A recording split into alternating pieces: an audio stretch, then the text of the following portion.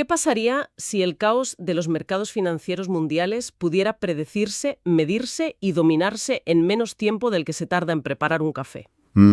Suena complicado. Concretamente, en solo 55 segundos. Wow.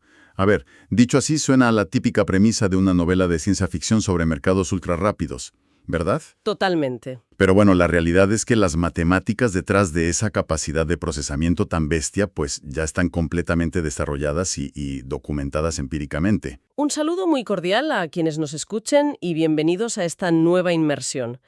En este análisis a fondo, nuestro objetivo es desentrañar cómo dos investigadores, Costas Triantafilopoulos y Giovanni Montana, lograron algo casi mágico. Ajá. Crear un algoritmo capaz de calcular el riesgo cambiante de múltiples activos financieros de forma simultánea. Exacto. La misión de hoy consiste en explorar las entrañas de su artículo técnico. Trata sobre la estimación rápida de la volatilidad estocástica multivariante. Y lo verdaderamente crucial aquí, o sea, lo que lo cambia todo, es que está diseñado para operar en tiempo real. Sí, procesando dimensiones masivas de datos. Y sin requerir superordenadores inalcanzables, que es lo más fuerte. Claro. Y el contexto donde esta investigación cobra mayor relevancia es el del comercio algorítmico. Ya. En ese mundo, comprender la volatilidad estocástica y además en un entorno de múltiples variables, pues se convierte en el eje central de la supervivencia financiera. O sea, si eres lento, mueres. Vale. A ver, vamos a desglosar esto desde la raíz. Porque tengo que plantear un escepticismo inicial bastante fuerte. Dispara. Quienes siguen de cerca la econometría ya conocen de sobra que existen modelos sólidamente establecidos para medir la varianza. Por ejemplo, los archiconocidos modelos Garch. Los clásicos. Claro, ocupan capítulos enteros en cualquier manual de finanzas cuantitativas. Entonces, si ya existen herramientas ampliamente aceptadas, ¿por qué la literatura académica insiste en complicar el panorama, desarrollando modelos de volatilidad estocástica multivariante? Bueno, es una queja habitual. Es que podría parecer una de esas disputas teóricas abstractas que rara vez alteran las prácticas reales en una mesa de operaciones de alta frecuencia. Lo entiendo, pero lo fascinante aquí es que a pesar de su popularidad, el modelo Garch tradicional tiene fisuras estructurales profundas cuando se enfrenta al mundo real moderno.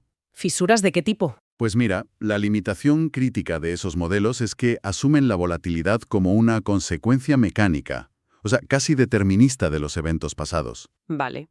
Utilizan parámetros estáticos que reaccionan a los choques previos del mercado. Sin embargo, en la realidad empírica, la volatilidad no es un mero reflejo del pasado.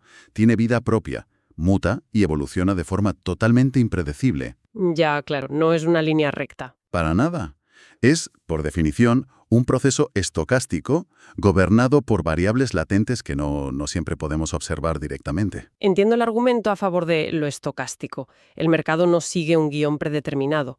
Pero, a ver, el salto hacia lo multivariante es donde la complejidad se dispara exponencialmente. Y tanto que se dispara. Porque, o sea, una cosa es modelar la volatilidad impredecible de una sola acción, de una compañía telefónica, por ejemplo. ¿Sí? Y otra muy distinta es intentar mapear simultáneamente la red de volatilidades y correlaciones cruzadas de un bloque entero de divisas mundiales interactuando a la vez. Claro. Imagínate una bandada de pájaros en pleno vuelo. Ajá. Un solo pájaro puede moverse de forma un poco errática, pero cuando miras a toda la bandada, ves que no se mueven de forma aislada. Reaccionan a factores invisibles comunes como el viento o un depredador y se mueven en conjunto. ¡Qué buena imagen! Pues los activos financieros, como las divisas, hacen exactamente lo mismo. El problema es cómo mides matemáticamente a toda la bandada a la vez. Ese es el abismo que separa la teoría de la práctica. Vale. Durante años, el campo académico reconoció que la volatilidad estocástica multivariante, que llamamos MSB por sus siglas en inglés, era el enfoque estadísticamente más honesto para entender los mercados. Pero el problema radicaba en el peaje computacional. O sea que costaba demasiado calcularlo. Exactamente.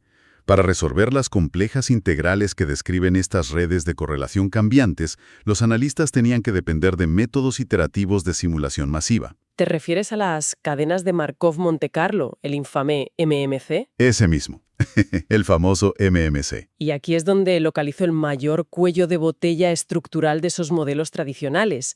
El método de Monte Carlo requiere generar miles, a veces decenas de miles de simulaciones encadenadas para que los valores converjan. Sí, hacia la distribución real de la volatilidad. Es una aproximación iterativa por fuerza bruta, pura y dura. Sí, sí. Es un método matemáticamente hermoso, no te lo voy a negar, y sumamente preciso a largo plazo. Pero claro, su dependencia de la simulación iterativa lo condena a la lentitud extrema. Claro. Piensa que cada nuevo dato que entra al sistema obliga a recalcular enormes porciones de la simulación. Lo cual lo hace incompatible con la realidad actual. A ver, es como pretender usar el modelo meteorológico de simulación climática más sofisticado del mundo para decidir si debes abrir el paraguas en este preciso instante. Tal cual. Pero el ordenador tarda 3 días en procesar las variables. Cuando por fin obtienes la respuesta con un 99% de precisión de que efectivamente estaba lloviendo, bueno, de que estaba lloviendo ya llevas 3 días empapado. Es una analogía perfecta. En un entorno de trading de alta frecuencia, donde las ventanas de arbitraje se abren y cierran en microsegundos, usar una cadena de Markov significa operar con información fosilizada. Esa es la fricción del problema. Y aquí es donde Triantafilopoulos y Montana entran en escena. Ellos identificaron que el ecosistema financiero exigía abandonar la dependencia de la simulación iterativa. Ya. O sea, tratar de usar MCMC en alta frecuencia es como intentar pintar un retrato hiperrealista de una persona que está corriendo. Imposible. Claro, cuando terminas el cuadro, la persona ya está en otra ciudad. Sí, sí. Su propuesta pasa por sustituir esas pesadas herramientas por una solución analítica cerrada. El modelo que proponen es más bien como tomar una ráfaga de fotografías de alta velocidad. Ah, me gusta. Capturas el movimiento exacto. Eso es. En lugar de simular caminos posibles incontables veces, formulan una serie de ecuaciones exactas que actualizan la matriz de covarianzas paso a paso. Integran cada nuevo milisegundo de información instantáneamente a través de un marco de probabilidad bayesiana. Y para lograr esa fluidez matemática, sin romper las leyes de la estadística, el artículo especifica que moldean la matriz de volatilidad asumiendo una evolución de camino aleatorio o random walk. Ajá. Postulan que la predicción más racional para la variabilidad del mercado de mañana es, bueno, la variabilidad que observamos hoy, a la cual se le añade un término de perturbación aleatoria continua. Ese es el núcleo conceptual de la evolución temporal, sí. La volatilidad fluye desde el momento t-1 hacia el momento t, impulsada por esa dinámica de camino aleatorio. Vale. Pero el verdadero mérito no reside solo en plantear esta evolución, sino en el andamiaje distributivo que emplean para mantener el cálculo tratable sin simulaciones. Y aquí es donde me veo en la obligación de adoptar un rol francamente crítico frente al texto. Adelante, a ver qué has encontrado. Pues mira, en las primeras páginas del desarrollo matemático, los autores lanzan lo que parece una acusación gravísima contra la literatura académica preexistente. Sí, no se andan con rodeos. Para nada. Afirman sin tapujos que modelos muy respetados, diseñados durante los años 90 por gigantes de la estadística bayesiana como West, Harrison o Liu, estaban matemáticamente equivocados. Es una afirmación fuerte, desde luego. Aseguran que esos expertos previos utilizaron una evolución de contracción, un mecanismo de shrinkage, que producía resultados absurdos e inflados al aplicarse a escenarios multivariantes. O sea, resulta audaz, por no decir temerario, estructurar un artículo basándose en la premisa de que los pioneros de la disciplina no supieron hacer sus propios cálculos. A ver, la crítica científica siempre resulta contundente cuando expone fallos fundamentales. Y en este caso, la demostración matemática no deja lugar a dudas. ¿Estás de acuerdo con ellos, entonces? Totalmente. No se trata de una opinión divergente, sino de la identificación de un error estructural tremendo en la extrapolación de fórmulas unidimensionales hacia dimensiones múltiples. Vale, explícame eso. Vamos a diseccionar el origen del fallo. En los modelos bayesianos clásicos diseñados para una sola variable, la transición de un paso temporal al siguiente se estabilizaba mediante un factor de descuento constante. Ajá. Un valor k que se definía aritméticamente como la inversa del factor de descuento delta. Es decir, k igual a 1 partido por delta. Hasta ahí la lógica bayesiana tradicional se sostiene, ¿no? Exacto. Para una variable funciona. El problema surge al intentar escalar el mecanismo. Esos investigadores previos, al enfrentarse por primera vez a matrices complejas donde el número de variables cruzadas era mayor a 1, decidieron aplicar exactamente esa misma regla de 3 simple para todo el bloque matricial conjunto. Ah, o sea que simplemente copiaron y pegaron la fórmula. literalmente. Y esa fue la falla crítica. Al asumir mecánicamente que el factor K igual a 1 partido por delta podía imponerse sobre la matriz multivariante al completo, alteraron inadvertidamente la esperanza matemática de todo el sistema. Madre mía. Déjame llevar esto a un terreno un poco más cotidiano para visualizar el impacto del error. A ver. Es como usar una receta de cocina, digamos, para hacer una tortilla de patatas, diseñada para una persona. Vale. Y de repente tienes 8 invitados. Y simplemente multiplicas todos los ingredientes por 8, incluyendo los huevos, la patata, el aceite, pero asumes que el tiempo de cocción en la sartén es exactamente el mismo. Exacto. El resultado es un desastre, se te quema por fuera y queda cruda por dentro. Las cargas dinámicas y la distribución del calor alteran el proceso de forma no lineal, porque la receta original nunca estuvo preparada para la complejidad de un volumen mayor. Esa comparación de la receta ilustra perfectamente la magnitud del error. En el dominio de la estadística, ese desastre culinario se traducía en que la matriz de volatilidad proyectada se inflaba de forma artificial en cada ciclo iterativo. Se quemaba, vamos. Se quemaba por completo. Matemáticamente, el uso de ese K erróneo derivaba en un modelo autorregresivo donde la raíz del coeficiente superaba la unidad. Lo que en términos prácticos significa que, independientemente de lo que ocurriera en el mercado, el modelo predeciría sistemáticamente que la volatilidad crecería hacia el infinito con el avance del tiempo. Ajá. Una conclusión totalmente absurda que imposibilita cualquier gestión de riesgo real. Absolutamente. Y además, esta negligencia multivariante los llevaba a calcular de forma incorrecta los grados de libertad dentro de la matriz temporal. Vaya tela. Para corregir este desastre, Triantafylopoulos y Montana reconstruyen los cimientos. Introducen una fórmula analítica exacta para el factor K, que ya no es un simple 1 partido por delta. Vale, la ajustan. Exacto. Esta nueva ecuación se ajusta rigurosamente dependiendo del número de series de tiempo que se estén analizando, garantizando que las expectativas probabilísticas permanezcan invariantes de un periodo a otro. Ya entiendo. Así preservan la estabilidad a largo plazo y corrigen la estructura de los grados de libertad basándose en la naturaleza singular de algo llamado la distribución beta multivariante. Alguien tenía que reescribir la receta antes de que se quemara la cocina entera. Ahora bien, para que todo este andamiaje bayesiano logre fluir paso a paso sin requerir las interminables simulaciones de Montecarlo, el documento subraya repetidamente el uso de la distribución de Wishart invertida. Sí, es la clave matemática de todo esto. Pero, ¿cuál es el papel mecánico exacto de esta distribución? O sea, ¿por qué resulta tan indispensable para que el algoritmo procese datos sin atascarse? A ver, cuando se evalúa el riesgo de un bloque de activos, el objetivo final es estimar una matriz de covarianzas. Una cuadrícula compleja que detalla cómo la varianza de un activo interactúa con la varianza de todos los demás. ¿Vale? La distribución de Wishart, y específicamente su forma invertida, es el lenguaje matemático natural para modelar la incertidumbre inherente a estas matrices. Su propiedad más valiosa es que garantiza intrínsecamente que la matriz resultante siempre sea definida positiva. Un concepto que suena muy abstracto. Sí, pero es la diferencia entre un cálculo funcional y un error crítico del sistema. Claro, si una matriz no es definida positiva, el algoritmo podría terminar calculando varianzas con valores negativos, lo cual es físicamente imposible en estadística. Exactamente. O produciendo correlaciones cruzadas que superan el 100%, destrozando cualquier cálculo de probabilidad consecuente. Así es. Al apoyarse en las propiedades de la distribución Wishart invertida y combinarla con la dinámica de la distribución beta multivariante, logran algo excepcional.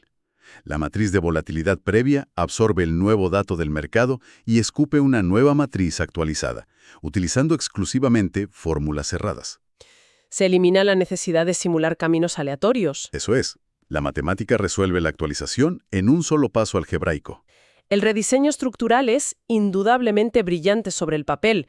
Han detectado un error matemático oculto a plena vista durante años y han propuesto un modelo cerrado que elude los cuellos de botella computacionales. Sí, es un avance brutal. Pero a ver, un algoritmo teóricamente inmaculado puede desintegrarse al primer contacto con el ruido irracional del mercado. Por supuesto. La teoría sin práctica no sirve de mucho. El artículo avanza hacia la evaluación empírica. Someten el modelo al escrutinio de 3 rigurosos parámetros estadísticos: el criterio de log-verosimilitud, el error de pronóstico estandarizado, que llaman MSE, y los factores de Bayes secuenciales. Así es. los 3 jueces del modelo. Y es en esta sección de evaluación donde encuentro la segunda gran fisura metodológica, que está relacionada íntimamente con el famoso factor de descuento, la constante delta. Ah, el factor delta. Es de hecho el motor que modula la reactividad del modelo. Ya. En esta arquitectura analítica es prácticamente el único parámetro exógeno que el analista debe calibrar antes de arrancar el proceso. Y ahí precisamente reside la debilidad argumental que le veo. Al revisar las tablas del experimento empírico, resulta evidente que los autores restringen las pruebas del factor delta a una horquilla muy estrecha. Sí, de 0,70 a 0,95. Usan exclusivamente valores comprendidos entre el 0,7 y el 0,95. Han censurado cualquier análisis sobre valores inferiores a 0,7. Bueno, censurado es una palabra un poco fuerte. Desde una óptica de validación científica, esto tiene todas las características del cherry picking. Entiendo por qué lo dices. Seleccionando a dedo los datos para mostrar la franja de calibración donde sabían de antemano que las ecuaciones arrojaban curvas de rendimiento atractivas y ignorando deliberadamente las áreas donde el algoritmo podría fracasar. A ver, la sospecha de sesgo en la selección de parámetros es muy comprensible, pero en este contexto restringir la horquilla no es una manipulación de los resultados. Ah, ¿no? No. Es un reconocimiento de los límites físicos y teóricos de la volatilidad financiera. El factor delta conceptualmente gobierna la tasa de obsolescencia de la información. Explícate un poco más. Dicta cuánta memoria del pasado retiene el algoritmo al evaluar el presente. Para entender por qué un valor por debajo de 0,7 es disfuncional, imaginemos el sistema de suspensión neumática de un coche todoterreno transitando por una ruta montañosa y accidentada. Vale, entonces el factor delta operaría como el dial que ajusta la rigidez de esa suspensión. Exactamente. Si forzamos un valor delta extremadamente bajo, digamos 0,5 o 0,6, equivale a drenar la presión de los amortiguadores y dejar la suspensión completamente rígida. Uf, un viaje horrible. En el entorno del mercado financiero, esto significa que el algoritmo sufre amnesia casi instantánea. Olvida la tendencia subyacente de ayer y reacciona de forma violenta y espasmódica a cada microfluctuación de los precios. Percibe cada piedrecita del terreno como si fuera un cambio tectónico. Eso es. Las estimaciones de covarianza se vuelven caóticas, se pierde la señal direccional y el modelo fracasa, pero no por un fallo matemático, sino porque confunde sistemáticamente el ruido aleatorio con cambios de régimen estructural. Una hipersensibilidad que anula la capacidad de predicción. ¿Y qué ocurre si giramos el dial hacia el extremo superior? A ver qué pasa. Si decidimos fijar el delta muy por encima de 0,95, acercándonos al 1 absoluto. Pues en ese caso, la suspensión se vuelve tan extremadamente blanda que absorbe todas las irregularidades sin transmitir ningún impacto al chasis. Ya. El viaje parece asombrosamente liso, pero el modelo se ha desconectado de la carretera. Pierde la agilidad para detectar la aceleración del riesgo. Si el mercado sufre una corrección abrupta o un crash de liquidez, el algoritmo lo suaviza, diluyéndolo en el océano de datos pasados. O sea, no sientes el camino y te estrellas en la primera curva cerrada porque la volatilidad real se volvió invisible. Literalmente. Y mediante la métrica del MSE, que evalúa la precisión estandarizada de los pronósticos, demostraron que un factor delta de 0,95 representa el equilibrio perfecto. Vale. Proporciona valores próximos a 1, indicando que la matriz de covarianza pronosticada empata de manera excepcionalmente fiel con la magnitud real de los errores empíricos observados. Bueno, visto así, logra la tensión justa entre retener memoria histórica y mantener los reflejos agudos. Aunque, analizando las herramientas de evaluación, lo que me parece una verdadera genialidad es la incorporación de los factores de Bayes secuenciales, que en el texto son H sub t. Sí, los factores H sub t son importantísimos. En el uso convencional de la estadística bayesiana, estos factores operan como jueces retrospectivos, ¿no? Analizas toda la base de datos al final del año y determinas qué variación del modelo fue estadísticamente superior. Así se suele hacer, sí. Pero los autores subvierten esta lógica aplicando un factor de Bayes dinámico e iterativo. Es una de las características que eleva la aplicabilidad práctica de este trabajo. Al calcular la probabilidad de manera secuencial, el sistema puede sostener una competición perpetua entre diferentes calibraciones. ¡Ah, qué interesante! Un operador cuantitativo no está obligado a casarse con un único factor de descuento estático para toda la sesión. Puede implementar varios algoritmos en paralelo, cada uno calibrado con un delta diferente. El factor H sub t compara la evidencia de estos modelos en fracciones de segundo y emite un veredicto instantáneo. Plantea un sistema que se autorregula en tiempo real. Retomando la analogía del vehículo, es como si este todoterreno dispusiera de una centralita electrónica que analiza el relieve de la superficie milisegundo a milisegundo. Exacto. Si el escáner detecta que el coche circula por una autopista de asfalto liso, un periodo de calma en los mercados, prioriza un modelo con un delta superior para maximizar la estabilidad. Eso es.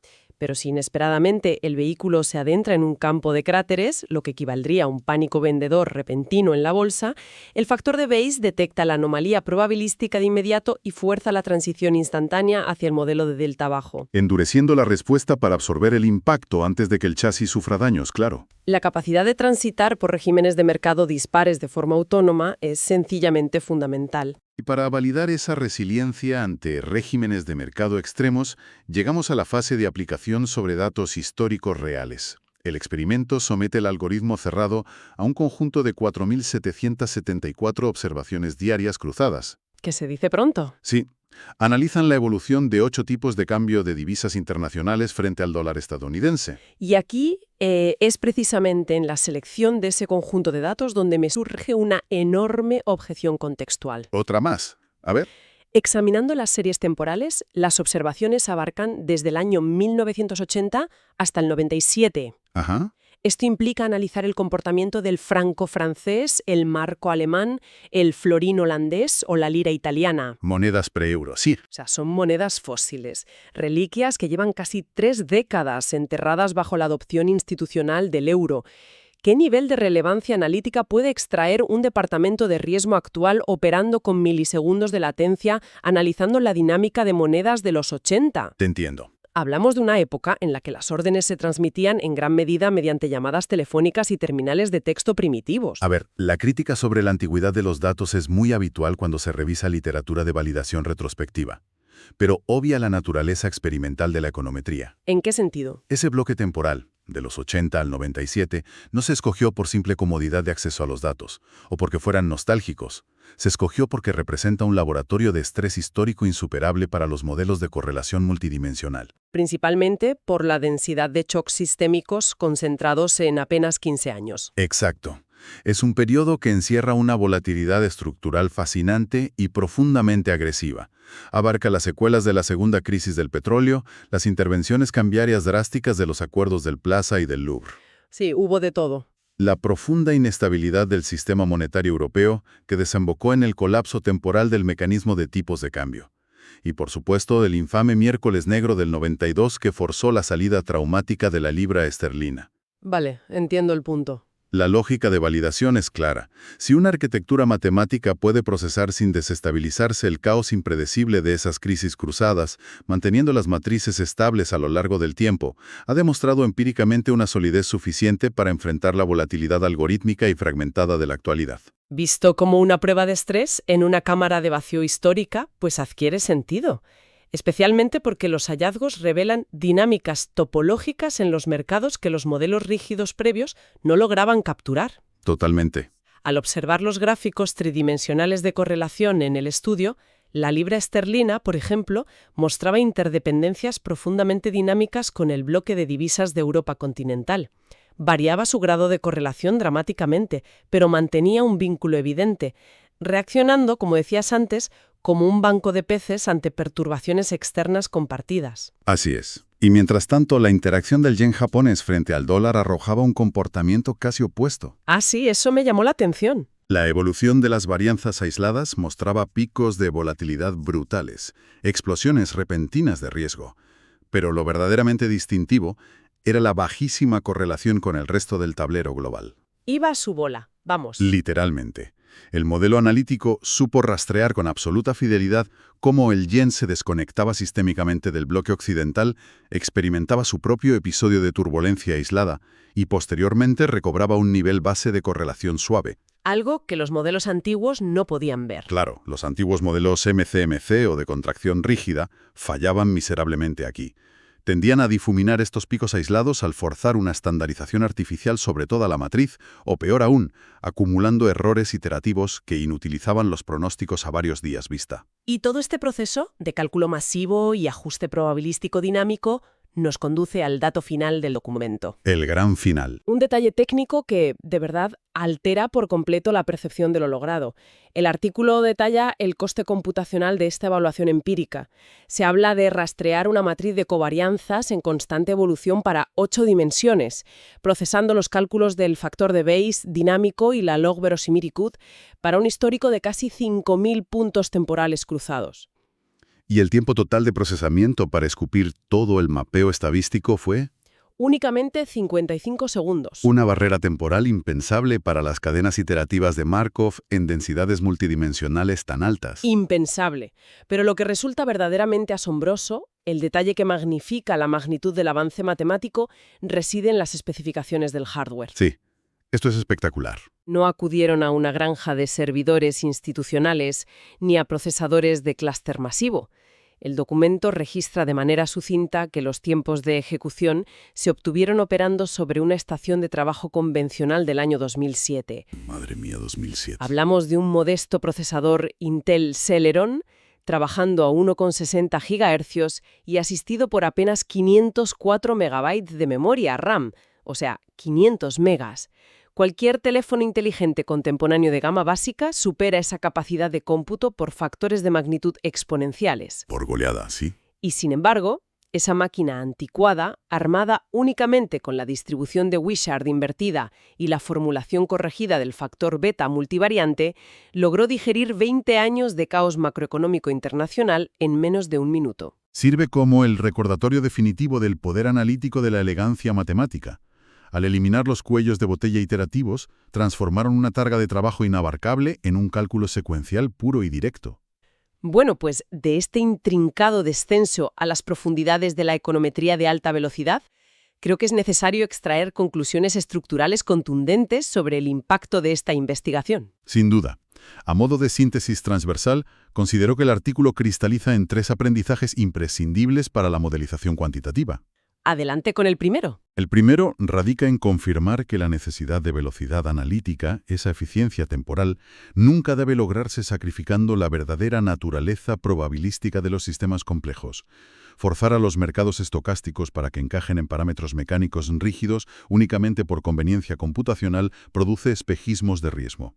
La volatilidad exige modelos que asuman su constante estado de mutación iterativa. Claro, la fluidez y la adaptación como requisitos indispensables, nunca como opciones secundarias. Exacto.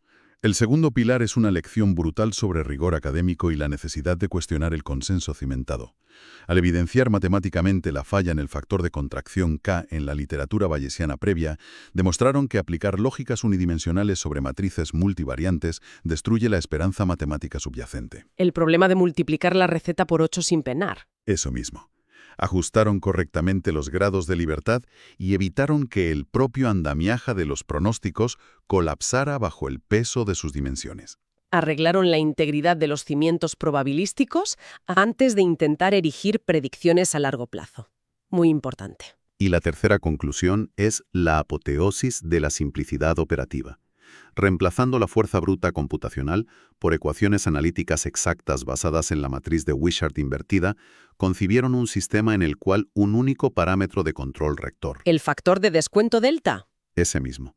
Ese parámetro gestiona de forma holística la asimilación masiva de datos y permite una ejecución de alta frecuencia, resolviendo en segundos lo que metodologías alternativas tardarían horas en descifrar empíricamente. Se erige como una demostración magistral de que la brillantez matemática a menudo reside en eliminar pasos innecesarios para desvelar el camino más corto hacia la solución. Totalmente de acuerdo. Y, bueno, todo este despliegue analítico invita a extender el enfoque y reflexionar sobre un plano mucho más general. A ver. A lo largo de este análisis ha quedado demostrado cómo una simple pero elegante calibración secuencial puede cartografiar y predecir el comportamiento errático de divisas cruzadas, detectando crisis invisibles y adaptándose instantáneamente. Sí.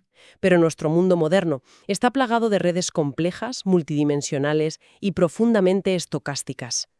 Si esta matriz de matemáticas cerradas puede domesticar el pánico y las correlaciones del capital global en fracciones de segundo, pues cabe preguntarse dónde más podría aplicarse esta precisión bayesiana. Es una pregunta excelente. Quizás un algoritmo estructurado de manera análoga Podría predecir los colapsos repentinos en ecosistemas naturales que enfrentan presiones cruzadas de estrés hídrico y térmico debido a los cambios repentinos en el clima global. Sería fascinante. O tal vez, las mismas ecuaciones que rastreaban el aislamiento temporal del yen japonés podrían modelar la forma y la velocidad con la que las redes de desinformación mutan, cómo se correlacionan en las sombras y se expanden por los entramados de las redes sociales globales. Uf, eso último da para otro programa entero. Desde luego, la matemática exacta que hoy rige el caos financiero a la velocidad de la luz podría, en última instancia, contener las claves probabilísticas para descifrar la turbulencia oculta del mundo real en el que habitamos.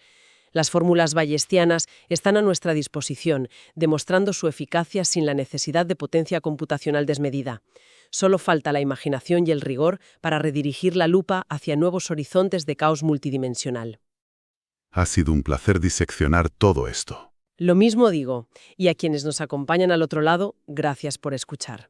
Hasta nuestra próxima inmersión.